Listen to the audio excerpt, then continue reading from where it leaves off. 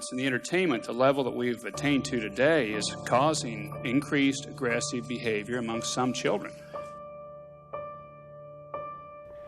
Hundreds of studies and countless congressional hearings have looked at the issue of media violence and have always seemed to end up at the same place. Does anyone disagree with that conclusion, that your violence in films propagates violent conduct on behalf of the children?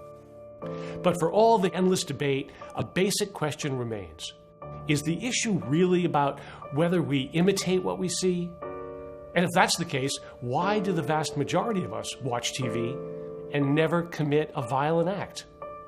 We have become so accustomed to our cultural environment.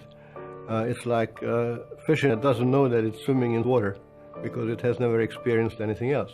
The late communication scholar George Gerbner spent the better part of 4 decades trying to understand media violence as part of the larger complex of stories we tell ourselves as a culture. And what he found was as remarkable as it was simple.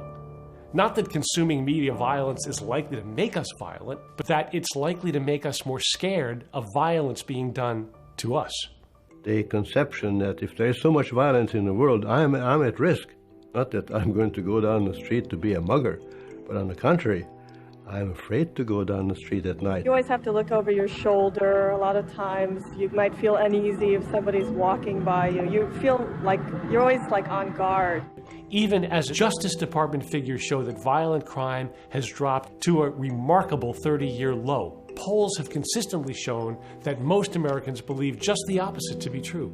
I've been through Y2K and I've been through 9/11. I have never seen people so afraid. The logical question is, why? Well, surveys consistently show that upwards of 2/3 of the people who believe crime to be a very serious personal problem say they get most of their news from television. One of Gerbner's most important contributions was to reveal the human costs of the Mean World Syndrome, and he did this by looking carefully at how different groups are portrayed in television and movies. Late this afternoon, 2 men were sent to prison for raping a woman outside. He has a long record of violent arrests. That may not surprise you. Illegal immigration, including many murderers and rapists. Calling for Muslims to attack the embassies of the U.S. and its allies. The FBI is investigating several Muslim men and possible terrorist training in the Washington, D.C. area. Whether we're talking about blacks and Latinos being depicted as violent criminals or Arabs and Muslims as extremists and terrorists, the question with all of this is whether these images of a mean world have contributed to a sense of anxiety and fear that is overwhelming our ability to think clearly and rationally.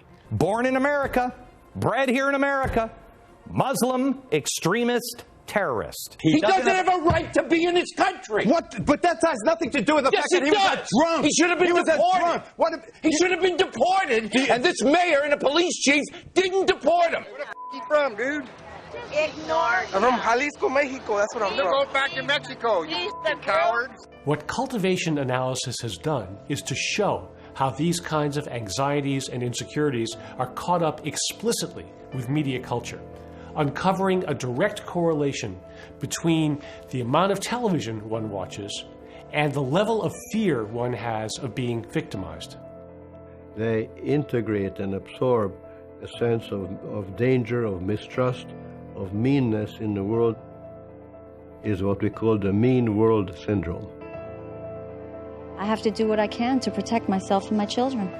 And that's a fact of life, a way of life.